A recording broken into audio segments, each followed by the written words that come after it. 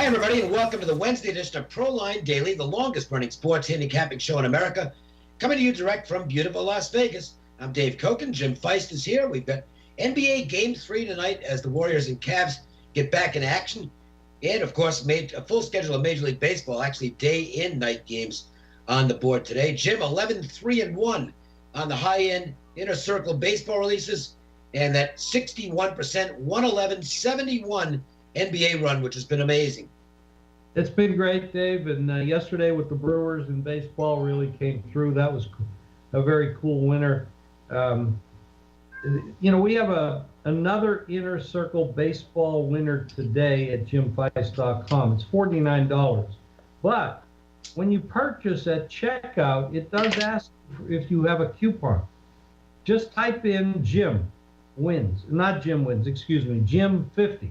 That's JIM 50, and get a 50% discount, 50% off this play. We're red hot, and I'm still offering a 50% discount. That's a pretty cool deal. JimFeist.com, Inner Circle Baseball winner, $49, but you get 50% off by typing in Jim 50. Value plus play for me yesterday was the Red Sox. That held on to win. Lost a late play on the Pirates, which Clint Hurdle. Have I said this before? Boy, he's terrible. Just terrible. He just mishandles the bullpen all the time. And the free play yesterday was another winner. That was the under in the Phillies-Braves game. Never had to sweat that at all. I've got a Wednesday upset special going tonight for $25 at jimfeist.com. And that's also half price with the promo code DAVE50, D-A-V-E 50. Plus, the Pros vs. Joe's daily newsletter is available for $99 per month. You get that every single day, and you can get 50% off the first month. So that basically brings it down to less than $50 for a full month of this information. Use the coupon code PROS50, and that's only good for one time per customer. And, let's look a little bit at the basketball game, Jim. Obviously it's a do-or-die situation for Cleveland. If they go down 3-0, they're not coming back. So you would think they're going to empty the tank tonight. The betting line, however, is definitely going in the other direction. The Warriors are getting the public play. And it doesn't look like on the full game the sharps are not disagreeing. That line's gone up to 3.5, and I'm even seeing 4 now at the South Point. Well, let's use the term eyeball test. The Cavs don't pass the eyeball test. What we saw in Game 1 and Game 2, their defense has been horrible. Game 2 was better. They forced more turnovers. But even though they played better, they gave up a ton more points and still lost by 20 points.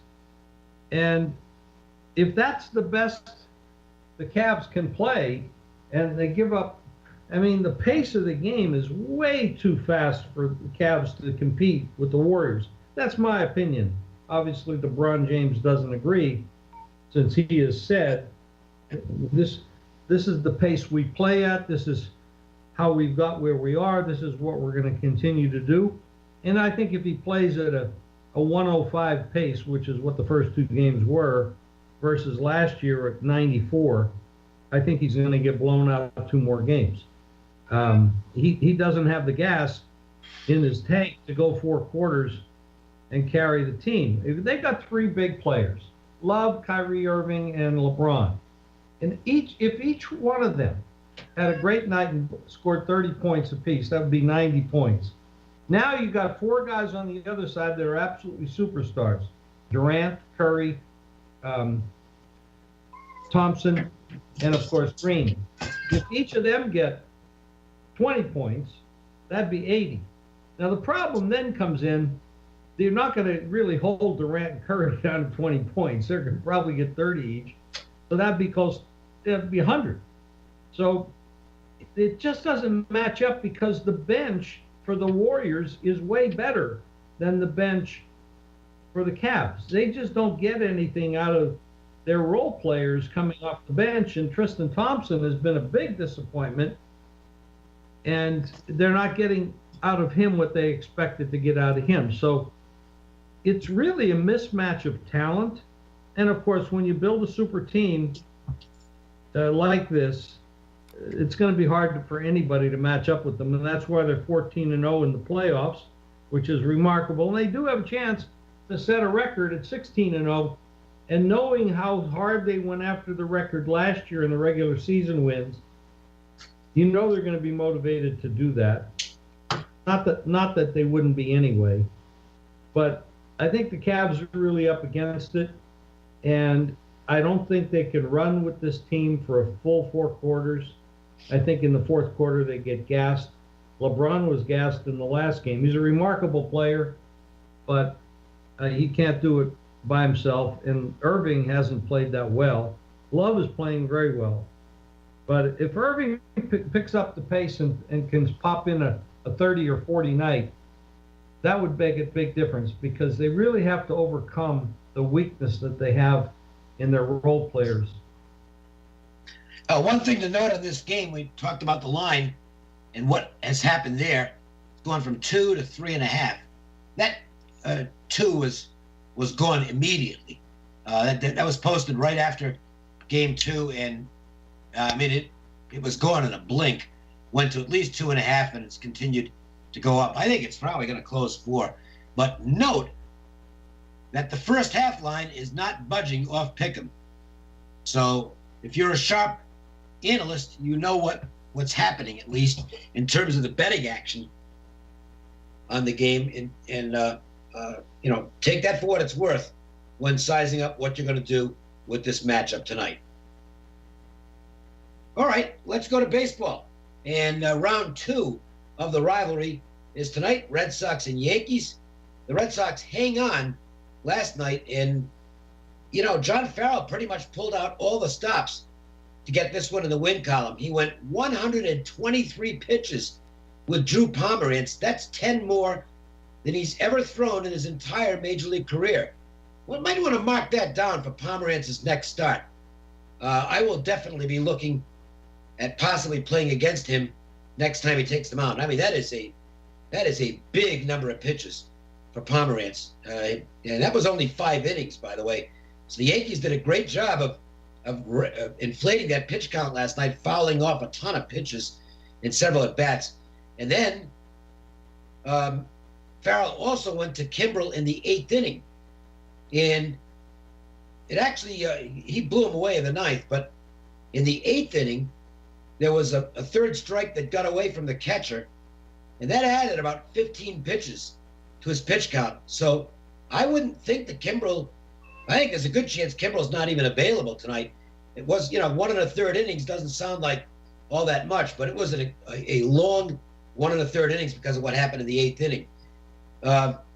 Red Sox are playing a lot better. 11-4 in their last 15. They're finally rounding into form. Benintendi seems to have gotten out of his slump. Jackie Bradley Jr. swinging the bat well. Their offense is starting to come around some. Rick Porcello isn't, though. He's a disappointment right now. I know he's had some tough luck, but Jimmy's 3-7, and that's a long way from where he was last year when he won the Cy Young. And his walk to strikeouts is excellent, but 96 hits in 74 innings, that's hittable. I mean, you can use all the metrics you want. 96 hits in 74 innings is still a ton. And now the Yankees are very good offensively against right-handers. CC Sabathia, not exactly reliable for the Yankees. He has been, I guess you could say better lately. The Yankees are certainly winning his starts. They've won 8 of his last 10. Very poor ERA at home, despite a good record. The situation would appear to favor the Yankees tonight. I'm not sure. See, where's the line right now? Yankees have definitely gotten some play, and it's gone to a 118. That seems to be a mix of public and sharp money. I can't disagree with it either. I mean, if at Pick'em, I think I'd be on the Yankees. I'm not crazy about laying the 6-5.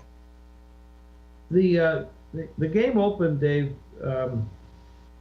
in the 2 key spots I'm looking at. The Yankees were a slight favorite, but the money immediately went to Boston.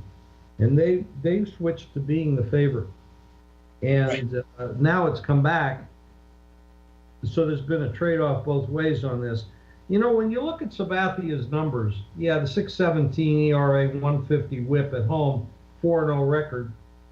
But when you look at his recent outings, you know, six innings, 1 earned run, 6 innings, 2 earned runs, 5 innings, 1 earned run, 6 innings, 0 earned runs.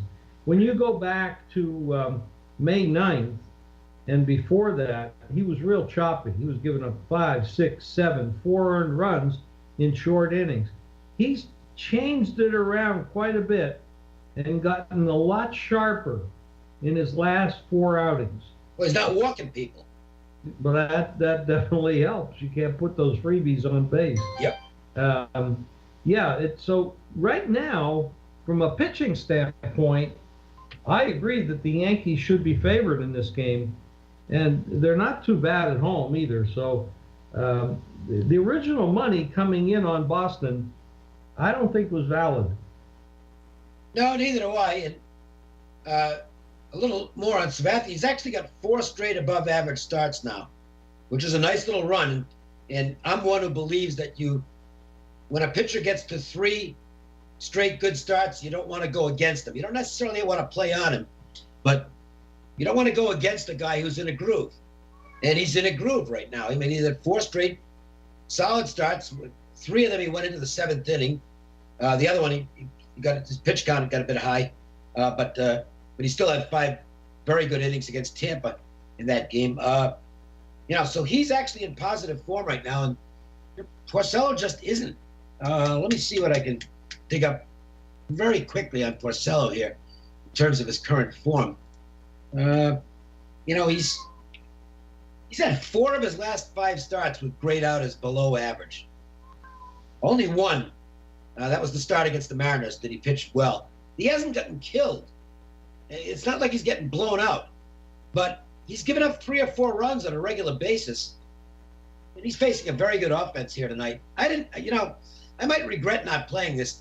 Part of the reason I didn't is that and this is just my way of doing things in baseball. I am not a steam chaser, and I've lost the value on this game. As Jim pointed out, you pointed out a moment ago, the time to play this was when the early jump came in the Red Sox and made them the favorite in the game. It's since changed, and I think the situation favors the Yankees. So, you know, I guess I would lean Yankees in the game, certainly, and we can make a better case for that side than the Red Sox. Take a quick look at one other game, or actually my free play, Jim. I want to get to that as well, but that's not in baseball. Oh, really? Well, you know, I play golf every week. Not fortunately for the golf courses around town, I don't actually play golf anymore. I just bet on it. And my MO in golf is to find value. You'll almost never see me on the chalk because it's kind of a bad bet. I mean, you look at this week, and the 2 most likely golfers, if all the prices were even, the 2 guys I would play would be Ricky Fowler and Brooks Koepka, but they're not. You're talking about Koepka about 10-1. Fowler's actually in the 6-7-1 range, which, you know, he's being priced almost like Tiger in his heyday. That's ridiculous. So it's not a real good field in terms of stars, and that's why these 2 guys are the 2 favorites. Koepka's had very good success in this course, and Fowler's just been playing extremely well. Got a 2nd last week, but I tossed those guys out, and there's no exotic betting. There's no trifectas or anything like that in golf wagering, so it's not like something where I can add them in on a ticket. What I like to do is go deeper in terms of the odds, find somebody who suits the course or has good past form at the event, and also decent current form where I can get a price. And I played 2 guys this week. One of them is a real long shot. I'll tell you about the shorter priced one, and that's Russell Henley at about 25-1. He's really good on Bermuda grass greens, which this course has. His form is solid. He's been playing well, making a lot of cuts, and and I'd give him a decent shot here. And by the way, note that Henley had a win last month, so he's in good enough form to justify a play. I think at 25-1, Henley's not a bad grab, and you can use him in matchups as well. If you're a matchup player, I think Henley's got a chance to perform well in his matchups this weekend. So that's the free play I've got for today. And we've won the last couple. I hope this one wins because I'd like to get paid 25-1. Well, that would be nice. You've been doing very well with your spot plays. Do you play any matchups at all, Dave, in golf? Yeah, once in a while, but I'm more into just looking for a big payoff. And we've hit a couple this year. I mean, I hit Chapel about a month ago at 26-1. I mean, that's you can have a lot of losing weeks playing, playing a total of 1 unit. That's all I risk each week is 1 unit on the golf. You can lose a lot of weeks when you have a 26-1 winner. I haven't won since that time, but well, you're not going to get too many 26-1s, but you only need one every. Well, two a year. If you go 1 and 25, so yeah. It's not too bad. All I've got to do is hit 2 a year. Well, I've already hit my 2 this year, so it's gravy in golf right now. Well, we have another baseball game we were going to talk about, the Twins and Mariners. I actually played this game. Mariners are playing quite well lately. They are, and they can get to 500 with a win tonight. Yeah, but the Twins have been knocking on the door themselves. They're not doing. I mean, they both have basically the same record almost.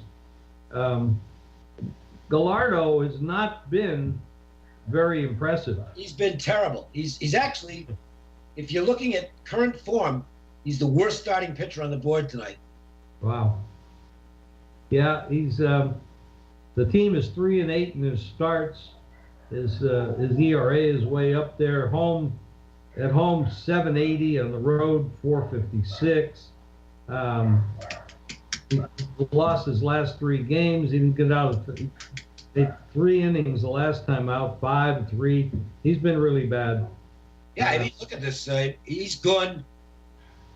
His last quality start was 4 starts back. His last 3 starts, 3 innings, 6 hits, 5 runs, 5 1/3 innings at Boston, 7 hits, 3 runs, but he had 6 walks in that game. And then 3 2/3 innings, 9 hits, 10 runs, 9 of them earned. That's not a go-with pitcher right now. No, but the problem is the other side got a pitcher that's going to be. It's likely this is the kind of game that's going to get down to the bullpen. Oh yeah, but he is a 5 or 6 inning kid right now. The Twins bullpen hasn't exactly been sensational. I think one approach here is to. I think the Twins have a decent chance to get the Gallardo. This could be a game where if the Twins get the lead, you might want to consider a live bet on the Mariners if they become dogs. How can you not bet this game over? Well, I'll give you one reason. The Mariners aren't exactly great against lefties. They're much better. They're much better offensively against righties. And Mejia's actually hasn't been bad lately. I mean, if you look at his recent games, I mean, he's not going to be a world beater. But let me get to him here. Take me 1 second. Oh, wait a minute. Okay. Let me get to Mejia's. I mean, he's had 6 starts. Now, 2 of those starts, he's never given up more than 3 runs. It should be pointed out, he gave up 3 runs in 2 2/3 innings in one start, and 3 runs in 1 2/3 innings in another start, and then they got him out of there. But his other starts, 1 run in 6 innings, 2 runs in 5 innings, 3 runs in 7 innings, 1 run in 5 innings. They're watching his pitch count, and they're getting him out of there in a hurry. But he knows going in, he's probably only going to go 5 or 6 innings. So he's kind of been letting it all hang out as far as that goes. And pretty good strikeout numbers in some of his recent starts. So not too bad. I think the early inning edge is with Seattle here. Well, you mean Minnesota? I meant Minnesota. Excuse me. Yeah, yeah. The early part of the game, you can go down to that level, but let's see I can see where Mejia's games, even though he's not going that deep, he's only gone once deep to the seventh inning. He's probably one of those games you just got to lay off of, I guess. He's 90 pitches, and that's pretty much it. But at least he knows that going in. Hey, if you want to get free plays every day on a recorded message from our Vegas experts, call 888-294-1970.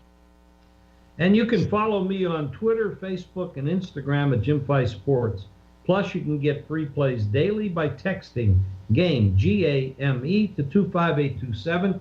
Don't forget about that discounted offer that I have, an Inner Circle release. I've been red hot in baseball at jimfeist.com, $49. But if you type in Jim50, you get 50% off. That's jimfeist.com. And I've got a couple of good offers, including the Pros versus Joe's daily newsletter, which is, I think, of great value to anybody who values what's going on with the market in terms of isolating where the real sharp money is. Check it all out at jimfeist.com. And meanwhile, thanks for joining us for Jim Feist. I'm Dave Cokin. We'll see you on Thursday with another edition of Proline Daily.